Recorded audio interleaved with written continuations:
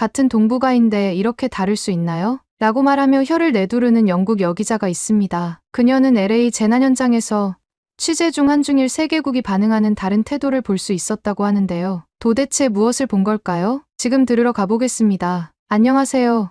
BBC 로스앤젤레스 특파원 사라 베넷입니다. 영국 케임브리지 대학에서 언론학과 환경학을 전공하고 지난 7년간 세계 각지의 재난 현장을 취재해왔어요. 특히 위기 상황에서 드러나는 인간의 본성과 각 사회의 문화적 특징을 분석하는 일에 깊은 관심을 가지고 있죠. 오늘은 제가 지금 이 순간에도 LA에서 목격하고 있는 놀라운 이야기를 한국의 시청자 여러분께 들려드리고 싶네요. 캘리포니아를 뒤덮은 최악의 산불은 여전히 맹위를 떨치고 있습니다. 여의도 면적의 35배에 달하는 광활한 지역이 모두 잿더미로 변했고 지금 이 순간에도 불길은 계속해서 번져나가고 있어요. 소방관들이 밤낮으로 불길과 싸우고 있지만 거센 바람과 높은 기온으로 인해 진화 작업은 더디기만 한 상황입니다. 제가 처음 현장에 도착했을 때의 충격을 잊을 수가 없어요. 검은 연기가 하늘을 완전히 뒤덮어 한낮인데도 마치 황혼이 들이온 것처럼 어두웠거든요. 지금까지 수많은 재난 현장을 취재해왔지만 이토록 처참한 광경은 처음이었습니다. 타버린 나무들 사이로 보이는 건물의 잔해들,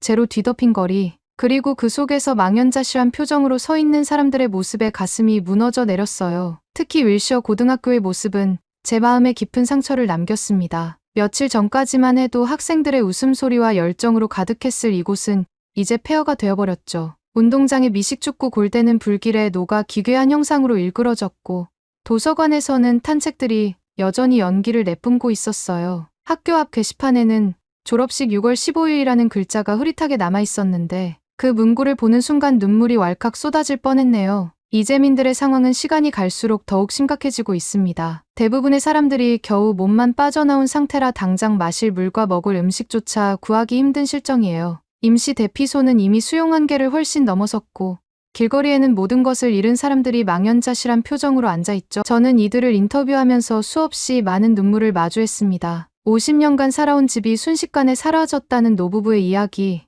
갓난아기를 안고 어디로 가야 할지 모르는 젊은 부부의 절망, 반려동물을 찾아 헤매는 아이들의 눈물까지. 이들의 이야기는 한편의 재난 뉴스로는 담아낼 수 없을 만큼 깊은 아픔을 담고 있었어요. 산불의 위력은 상상을 초월합니다. 소방당국의 발표에 따르면 초속 20m가 넘는 강풍으로 인해 불길이 순식간에 번져나가고 있다고 해요. 화많은 도시의 외곽 지역부터 주택가까지, 학교에서 병원까지 그 어떤 것도 가리지 않고 모든 것을 집어삼키고 있습니다. 소방관들은 온 몸을 불사르다시피 하며 사투를 벌이고 있지만 자연의 힘 앞에서는 너무나도 무력해 보이네요. 통계 수치만으로는 이 재난의 실상을 제대로 전달할 수 없습니다. 이재민 수, 피해 면적, 재산 피해액, 이런 숫자들은 이재민들이 겪고 있는 고통과 절망, 그들의 심리적 물질적 어려움을 온전히 담아내지 못해요. 저는 이곳에서 단순한 뉴스 그 이상의 이야기를 발견했습니다. 위기 속에서 드러나는 인간의 본성, 그리고 각 커뮤니티가 보여주는 서로 다른 모습들이 바로 그것이죠. 특히 놀라웠던 것은 한인 커뮤니티의 헌신이었어요. 그들도 피해자임에도 불구하고 다른 이재민들을 위해 기꺼이 도움의 손길을 내밀고 있었거든요. 처음에는 그저 평범한 선행이라 생각했습니다. 하지만 시간이 지날수록 그들의 행동에는 무언가 특별한 것이 있다는 걸 깨달았어요. 그것은 단순한 물질적 지원을 넘어선 진정한 인간애였습니다. 산불이 시작된 지 2주 때 접어든 지금, 저는 LA 각 지역의 이민자 커뮤니티를 찾아다니며 그들의 대응 방식을 취재하고 있어요. 위기 상황에서 드러나는 각 문화의 차이점을 분석하고 그 속에서 진정한 인간애란 무엇인지 찾아보고 싶었거든요. 그리고 그 과정에서 저는 평생 잊지 못할 경험을 하게 되었습니다. 처음 한국인들의 도움 소식을 접한 것은 우연히 들른 한인마트에서였어요. 거대한 산불로 대부분의 가게들이 문을 닫은 상황에서도 이곳은 활기차게 움직이고 있었습니다. 하지만 평소와는 다른 모습이었죠. 진열대 앞에는 손님들 대신 큰 상자들이 놓여 있었고 계산대에서는 특별한 광경이 펼쳐지고 있었어요. 저희가 계산한 금액만큼 이재민분들이 필요한 물건을 가져가실 수 있게 해주세요. 한 젊은 부부가 카드를 내밀며 말하는 모습이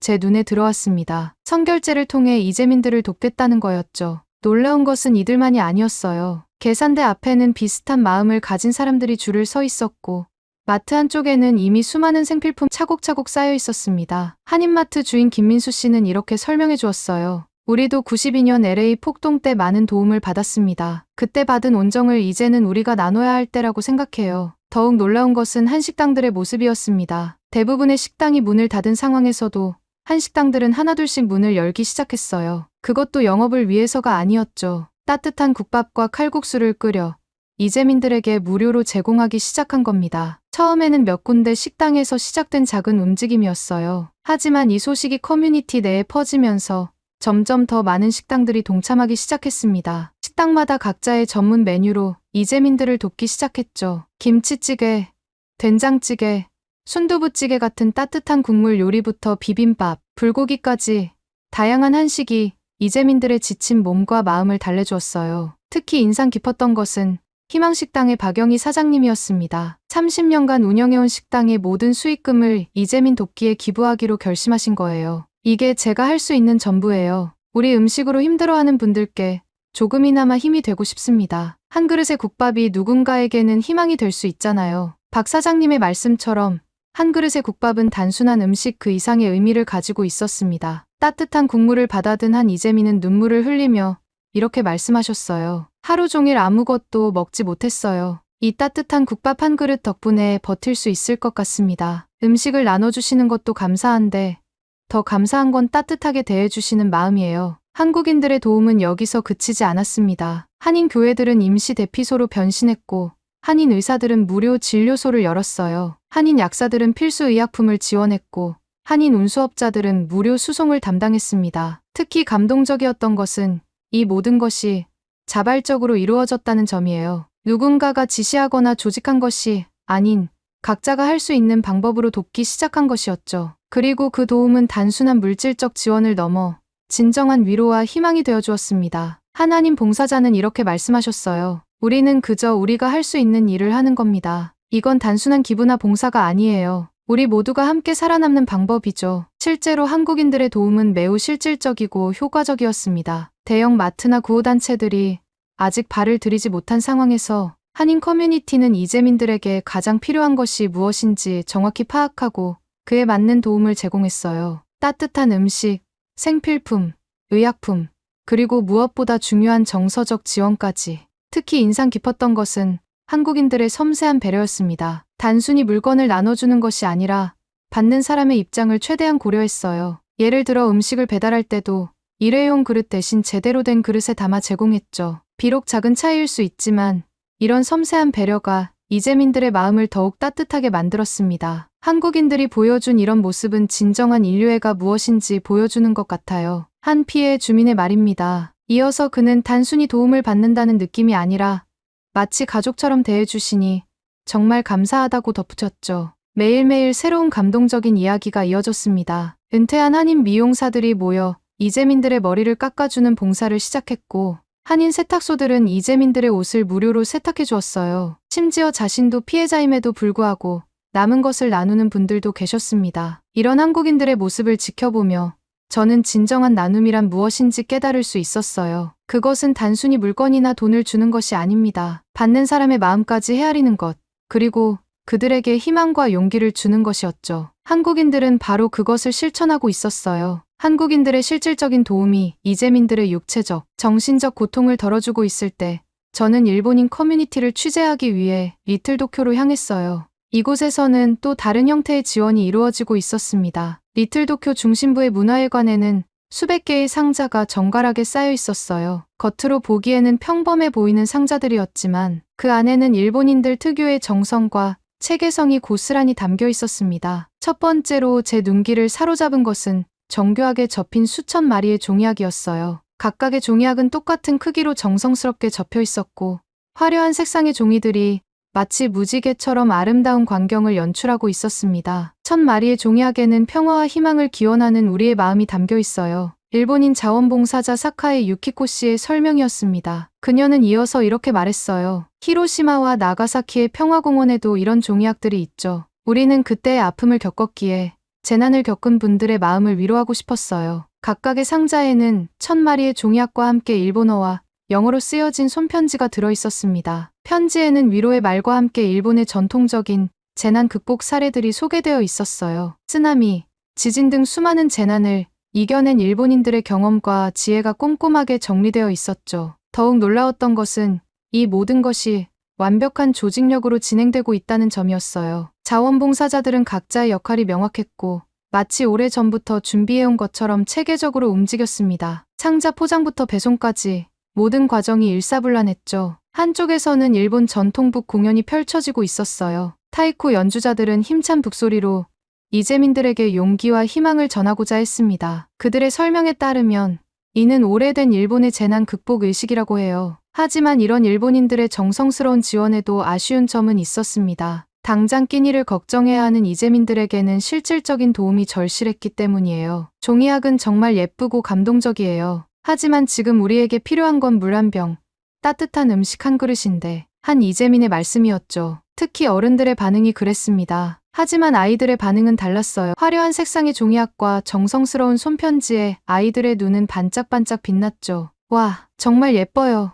이걸 제가 가져도 되나요? 10살쯤 되어 보이는 소녀가 종이학을 받아들며 기뻐했습니다. 그 모습을 본 일본인 봉사자들의 얼굴에도 미소가 번졌어요. 비록 당장의 실질적인 도움은 되지 못할지 모르지만 적어도 아이들의 마음을 위로하는 데는 성공한 것 같았습니다. 일본인들의 지원은 여기서 그치지 않았어요. 그들은 재난 대비 매뉴얼을 제작해 배포했고 지진이나 화재 시 대피 요령을 교육하는 프로그램도 운영했습니다. 모든 것이 체계적이고 조직적이었죠. 우리는 수많은 자연재해를 겪으며 이런 시스템을 발전시켜왔어요. 이 경험을 다른 분들과 나누고 싶었습니다. 일본인 커뮤니티 센터의 나카무라 켄지 관장은 이렇게 설명했어요. 실제로 그들이 제작한 매뉴얼은 매우 상세하고 실용적이었습니다. 하지만 아이러니하게도 당장 끼니를 걱정하는 이재민들에게 이런 정보는 사치스럽게 느껴질 수밖에 없었죠. 재난 대비는 정말 중요해요. 하지만 지금 우리에게는 당장 먹을 음식과 마실 물이 필요합니다. 이재민 대피소의 한 관리자가 한숨을 쉬며 말했어요. 이는 위기 상황에서 가장 시급한 것이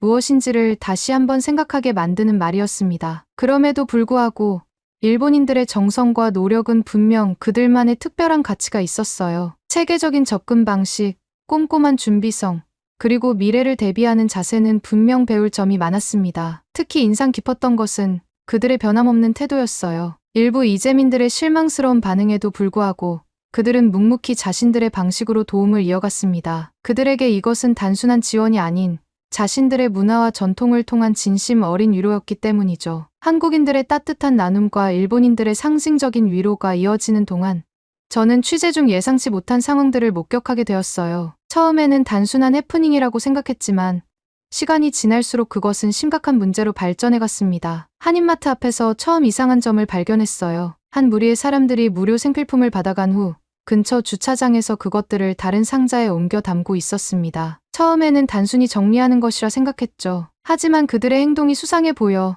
조금 더 지켜보았어요. 이거 다 공짜로 주는 거니까 최대한 많이 가져가자고. 나중에 다른 데 가서 팔면 돼. 그들의 대화를 들으니 충격이었습니다. 순수한 마음으로 제공되는 구호품들이 이런 식으로 악용되고 있었다니요. 더 놀라운 것은 이것이 단발성 사건이 아니었다는 점입니다. 한 한식당 사장님은 울분을 토하듯 말씀하셨어요. 처음에는 정말 도와주고 싶은 마음으로 무료 급식을 시작했어요. 그런데 어떤 분들은 10명, 20명씩 무리지어 와서 음식을 요구하시더라고요. 심지어 포장해달라고 하시면서 큰 소리를 치기도 하셨죠. 실제로 그날 저녁, 저는 그런 상황을 목격했습니다. 10명이 넘는 중국 사람들이 무리지어 들어와 큰 소리로 음식을 요구했어요. 조용히 자리에서 식사하던 실제 이재민들은 그들의 행동에 놀라 식당을 떠나기도 했습니다. 여기 다 공짜로 주는 거 아니에요? 우리도 피해자라고요. 하지만 나중에 알고 보니 그들은 실제 이재민이 아니었어요. 일부러 찾아와서 무료 음식을 받아가는 사람들이었던 거죠. 심지어 그들 중 몇몇은 받아간 음식을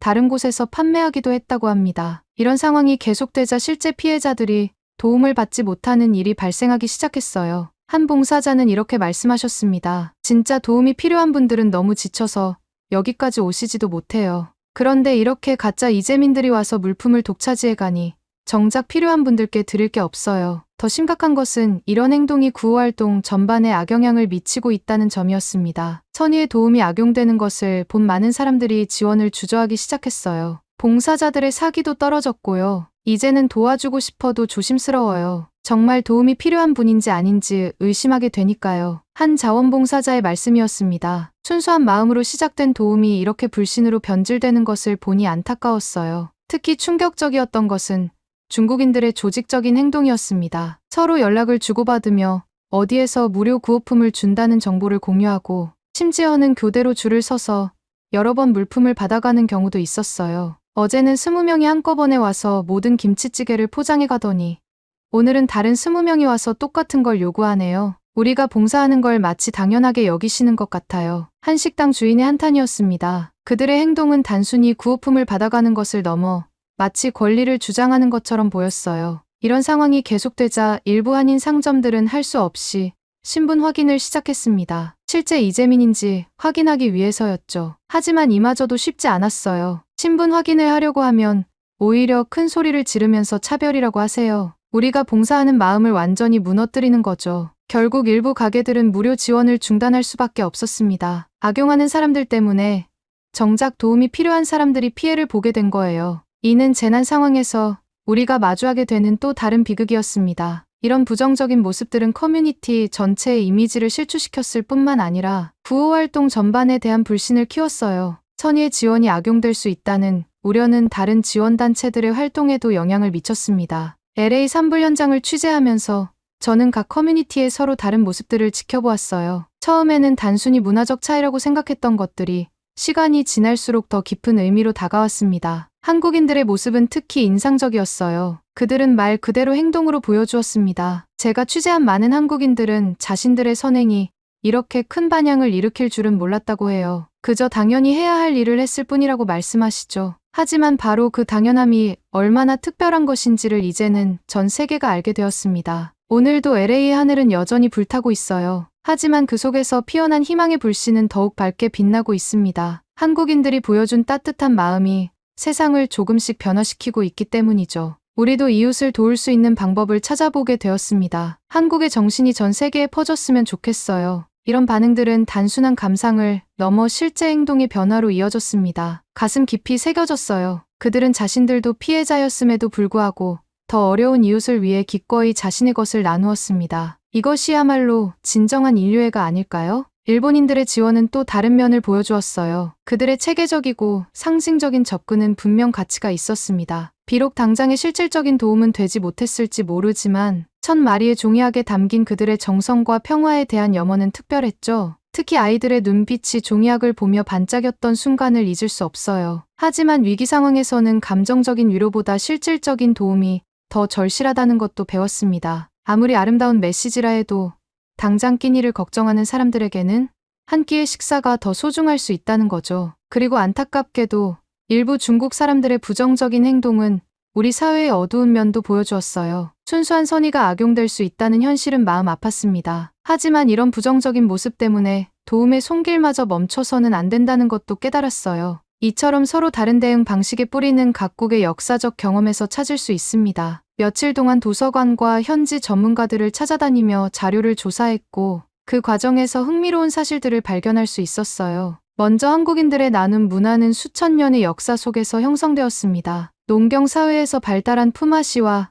둘의 문화는 서로 것이 곧 자신의 생존과 직결된다는 깊은 이해를 만들어냈어요. 이는 단순한 노동력 교환을 넘어선 공동체 정신의 근간이 되었죠. 특히 주목할 만한 것은 한국인들이 겪어온 수많은 시련의 역사입니다. 일제강점기의 수탈과 억압 속에서도 이웃 간의 쌀을 나누고 버텨왔고 한국전쟁으로 모든 것이 파괴된 뒤에도 서로 돕고 의지하며 재건의 기적을 이뤄냈어요. 1960년대의 보릿고개 시절에는 한 끼 밥상을 나누는 것이 일상이었고 1970년대 새마을운동 시기에는 마을 공동체가 힘을 모아 발전을 이뤄냈습니다. 1990년대 IMF 외환위기 때는 더욱 놀라운 일이 벌어졌어요. 전 국민이 자발적으로 금 모으기 운동에 참여했고 기업들은 구조조정 대신 급여 반납으로 위기를 함께 이겨냈죠. 특히 LA 폭동 당시 한인 커뮤니티가 보여준 단결력과 회복력은 지금의 나눔 정신으로 이어지는 직접적인 경험이 되었습니다. 2000년대 이후에도 한국인들은 여러 재난 상황에서 놀라운 공동체 정신을 보여주었어요.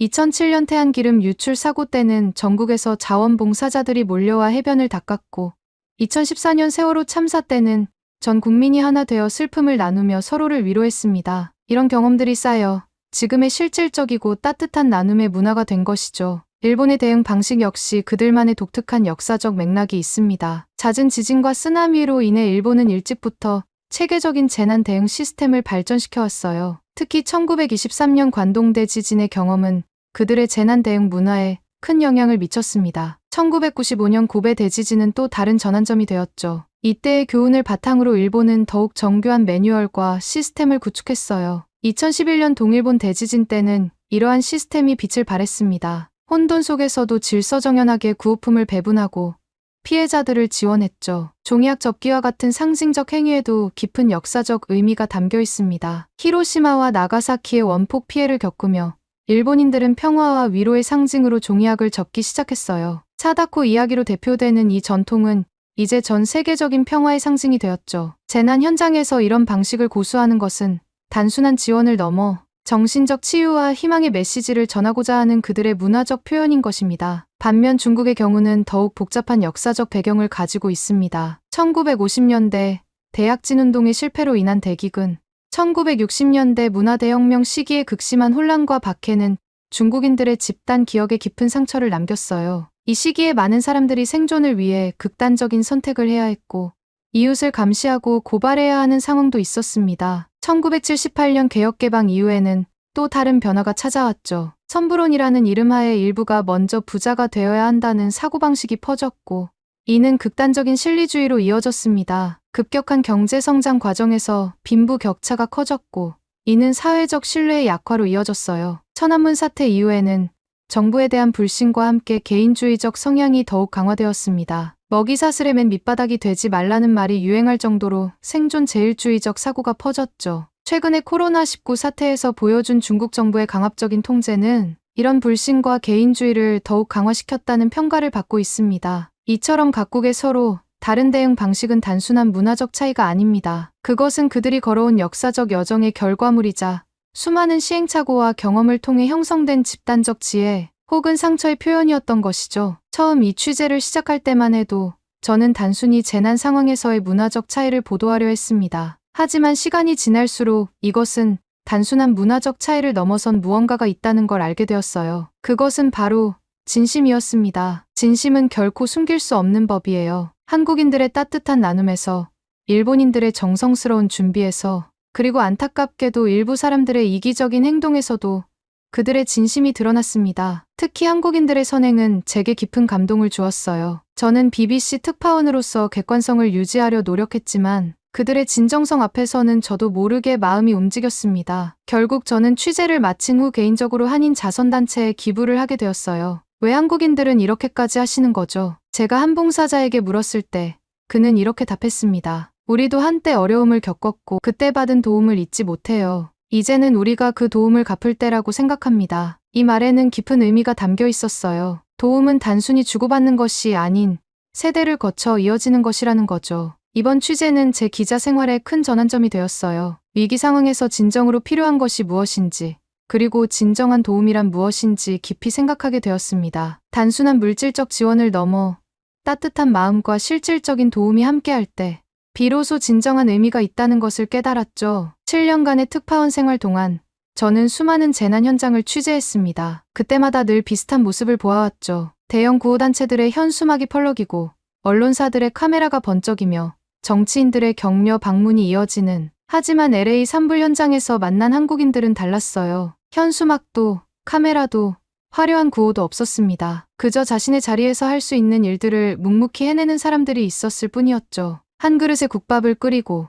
깨끗한 옷을 나누고 지친 이재민의 이야기에 귀 기울이는 것. 그것이 한국인들의 방식이었습니다. 이 취재를 통해 제가 쓴 기사는 BBC 본사에서 특별한 주목을 받았습니다. 단순한 재난 보도가 아닌 인류에 관한 깊은 통찰이 담겨 있다는 평가를 받았죠. 놀라웠던 것은 전 세계 시청자들의 행동 변화를 이끌어냈다는 점입니다. 영국에서 시작된 Korean Way of Helping 운동은 유럽 전역으로 퍼져나갔어요. 단순히 물건을 나누는 것이 아닌 마음을 나누고 관계를 만들어가는 한국식 나눔의 방식이 세계인들의 가슴을 울린 겁니다. 지금도 LA의 하늘은 불타고 있습니다. 하지만 더 이상 절망적이지만은 않아요. 한국인들이 보여준 작은 행동들이 모여 커다란 희망이 되었기 때문입니다. 그들은 재난 속에서 우리가 잊고 있었던 소중한 진실을 일깨워 주었어요. 진정한 도움이란 거창한 구호나 화려한 이벤트가 아닌 한 사람의 진심 어린 마음에서 시작된다는 것을 저는 이제 다른 재난 현장으로 떠나야 합니다. 하지만 이번 취재는 단순한 기록 이상의 의미를 갖게 되었어요. 저 역시 매달 한인 자선단체에 기부를 시작했고 이제는 도움이 필요한 이웃을 위해 시간을 내어 봉사하고 있습니다. 한국인들에게서 배운 나눔의 정신을 이제는 제가 실천하고 있는 거죠. 한국의 시청자 여러분, 여러분의 동포들이 보여준 이 아름다운 모습에 자부심을 가지셔도 좋습니다. 그들은 위기 속에서 인류가 나아가야 할 방향을 보여주었으니까요. 진정한 희망은 이런 작은 실천들이 모여 만들어지는 것이라고 저는 믿습니다. 오늘의 사연은 여기까지입니다. 그럼 오늘 이야기 재미있게 들으셨다면 잊지 말고 좋아요 꼭 눌러주세요. 꼭 사연 관련이 아니더라도 하실 말씀이 있으시다면 댓글도 꼭 남겨주시고요. 더 좋은 사연을 발굴해내고 여러분들께 재미있게 전달하는데 큰 힘이 됩니다. 흥미진진히 소개해드리는 다음 이야기가 듣고 싶으시다면 구독과 알림 설정하시면 빠르게 소식 들으실 수 있습니다. 그럼 저는 다시 흥미진진한 사연을 들고 찾아뵐게요. 또 만나요.